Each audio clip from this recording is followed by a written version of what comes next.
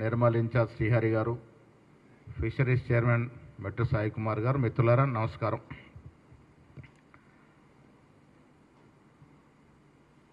నిన్న వరంగల్లో జరిగిన బహిరంగ సభలో ప్రజల చేత తిరస్కరించబడి ఫామ్ హౌస్లో కూర్చోబెట్టబడి ప్రభుత్వ జీతం పొందుతూ ఒకరోజు కూడా ప్రజల గురించి ఆలోచించని మాజీ ముఖ్యమంత్రి కేసీఆర్ గారు మాట్లాడిన తీరుని, ఆయన బీజేపీ పార్టీని వెనుకొచ్చిన తీరుని, వెనకేసి వచ్చిన తీరుని తీవ్రంగా విమర్శిస్తూ ఉన్నాం, ఖండిస్తూ ఉన్నాం. నిన్న వరంగల్లో జరిగిన మీటింగ్ విస్కీ బాటిళ్ల మీటింగ్. అది నాకెవరో మిత్రులు చెప్తా ఉన్నారు, పొద్దున్న లేస్తే జనానికన్నా ఎక్కువ విస్కీ బాటిల్లే ఉన్నాయి అక్కడ అని. మహిళలు కనబడలే నిన్న మీటింగ్లో. కారణం విస్కీ బ్రాందీకి వారు లోకలే కాబట్టి మహిళలు ఎవరు రాకుండానే మీటింగ్ జరుపుకున్నటువంటి సందర్భం. నేను మీ ద్వారా కేసీఆర్ గారికి, బీఆర్ఎస్ పార్టీకి ఛాలెంజ్ విసురుతా ఉన్నాను. సమయం మీదే, వేదిక మీదే. మీరు ఎప్పుడంటే అప్పుడు చర్చకు సిద్ధం. మీరు 10 సంవత్సరాలుగా తెలంగాణ రాష్ట్రానికి ముఖ్యమంత్రిగా చేసిందేమిటి, మేము 15 మాసాలుగా మా ముఖ్యమంత్రి రేవంత్ రెడ్డి గారు తెలంగాణకు చేసిందేమిటో చర్చించుకుందాం. వేదిక మీరే నిర్ణయించండి. ఫామ్ హౌస్కి వెళ్ళి బయటకు వచ్చి ఎప్పుడు అంటే అప్పుడు వేదిక, మేము వస్తాం, మీరు రండి, చర్చించుకుందాం. దిగిపోయిన తర్వాత కూడా అబద్ధాలతో ప్రజల్ని మభ్యపెట్టే ప్రయత్నం మీద చేస్తూ ఉండే కేసీఆర్, ఇది మంచిది కాదు. దేశ చరిత్రలో ఒక రాజకీయ కుటుంబం అత్యంత తక్కువ సమయంలో అత్యంత ఎక్కువ ప్రజాధనాన్ని దోచుకున్న కుటుంబం ఈ దేశంలో ఏదైనా ఉంది అంటే అది కేసీఆర్ కుటుంబము.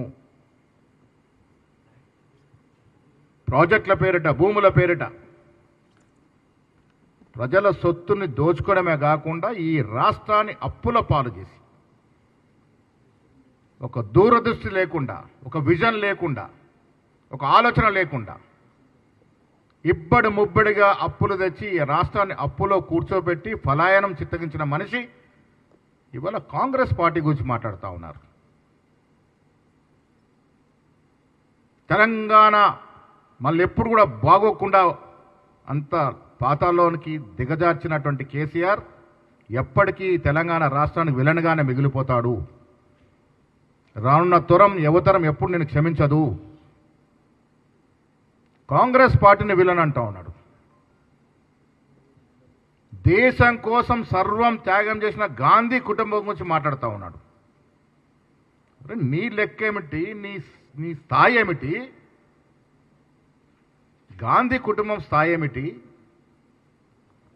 దొంగ పాస్పోర్ట్లు సృష్టించి చాలామందిని మోసం చేసి దొంగ పాస్తో ఫారెన్ పంపించినటువంటి చరిత్ర కేసీఆర్ గారిది అనేది మర్చిపోకుండా ఉండేందుకు నేను మళ్ళీ వాళ్ళు గుర్తు చేస్తూ ఉన్నాను.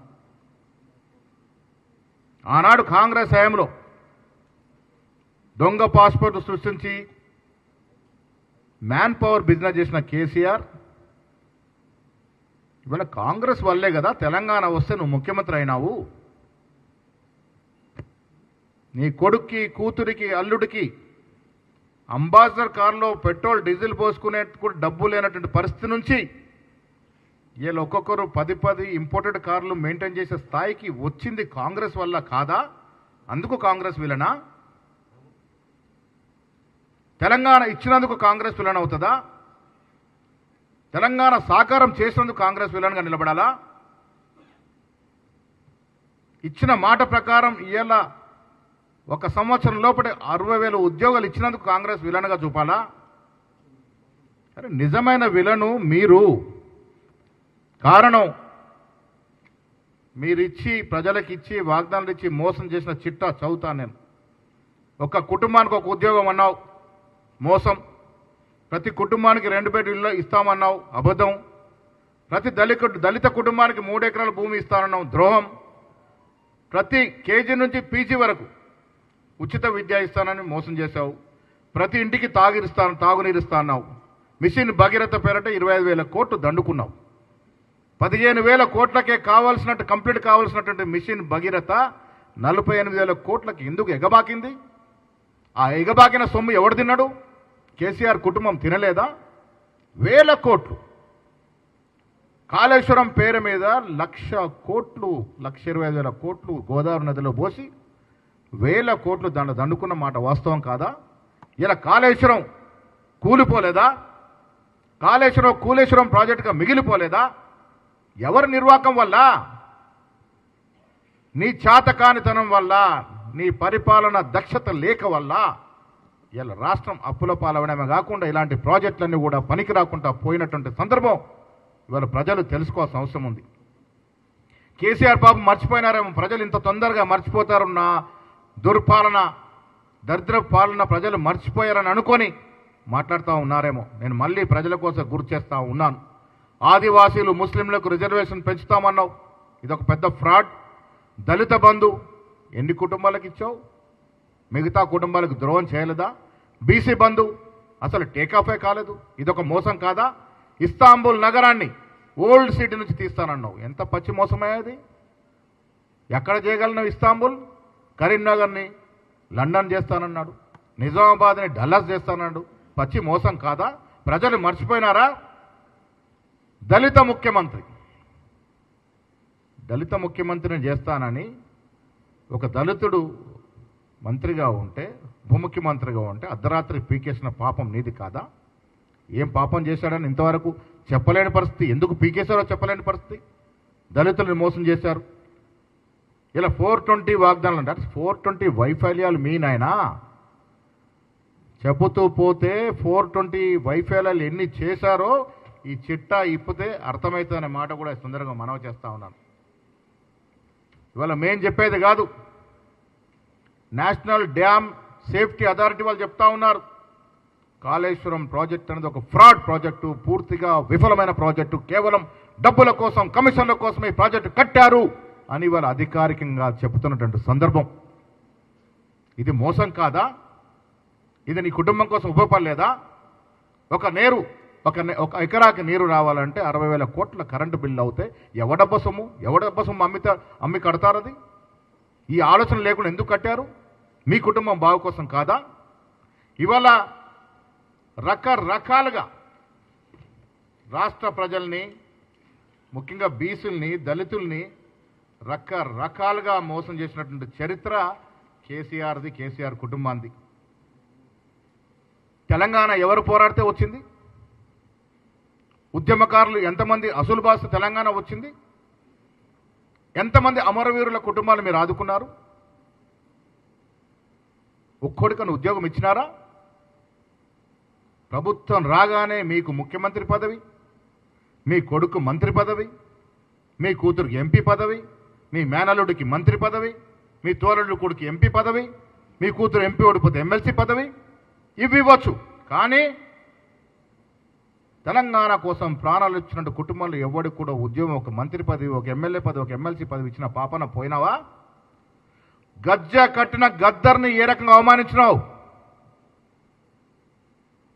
అలాంటి కళాకారులు ఎంతమందిని అవమానించినావు? తెలంగాణ జాతీయ గీత పాడినటువంటి మహాకవిని ఏ రకంగా అవమానించినావు? ఆ తప్పులు మేము సరిదిద్దాం. ఇలా గద్దర్ పేరిట అవార్డు ఇస్తూ ఉన్నాం. మహాకవి రాసిన పాటని తెలంగాణ రాష్ట్ర గేయంగా చెప్పగలిగినాం. మీకు మాకు పొంతనెక్కడయ్యా? తెలంగాణని అన్ని రకాలుగా నాశనం పట్టించి ఇవాళ తెలంగాణ గురించి మాట్లాడుతూ ఉన్నాడు. టీఆర్ఎస్ పార్టీని బీఆర్ఎస్గా మాట్లాడు. తెలంగాణ పదాన్ని తీసేసినటువంటి గనుడు ఇలా జన్మభూమి గుర్తొచ్చిందట ఆయనకి. జన్మభూమి మీద ప్రేమ ఉన్నాడు. తెలంగాణ రాష్ట్ర సమితిని పీకేసి ఎవరన్నా భారత రాష్ట్ర సమితి పెట్టుకుంటాడా? ఇలా జన్మభూమి ఎట్లా గుర్తొచ్చింది? మీలాంటి మిత్రులు ఫోన్లో కూడా మాట్లాడుకున్న స్వేచ్ఛ లేదు ఆ రోజు. మా ఫోన్లోనే ట్యాపింగ్లో ఉన్నాయి. టాపింగ్ మహాగణుడు ప్రభాకర్ రావు అమెరికాలో ఉంటే దాని గురించి మాట్లాడలే. వరంగల్లో చేసిన మోసాల గురించి ఎక్కడ మాట్లాడలే. ఎన్ని మోసాలు చేశారో చెప్పలే. జనం ముందుకొచ్చి కళ్ళబుబురి కబుర్లు చెప్పినాడు. 2 BHK 2 బెడ్రూమ్ల స్కీమ్ ఎంత గరాణా మోసమో తెలంగాణ ప్రజలకు తెలియదా? ఎన్ని బెడ్రూమ్లు కట్టించినావు నువ్వు? ఇలా కళ మేము సాకారం చేస్తూ ఉన్నాం. ఇందిరమ్మ ఇల్లు మొదటి సంవత్సరంలో 4.5 లక్షల ఇల్లు ఇస్తూ ఉన్నాం. ఇది మా ఘనత. నీ మోసాన్ని మీరు ప్రజలకు ఇచ్చిన వాగ్దానాన్ని మోసం చేస్తే మేము దాన్ని ఎలా పూరిస్తున్నటువంటి సందర్భం. 10 సంవత్సరాల్లో నువ్వు ఇచ్చిన రుణమాఫీ ఎంత? 1,00,000 చొప్పున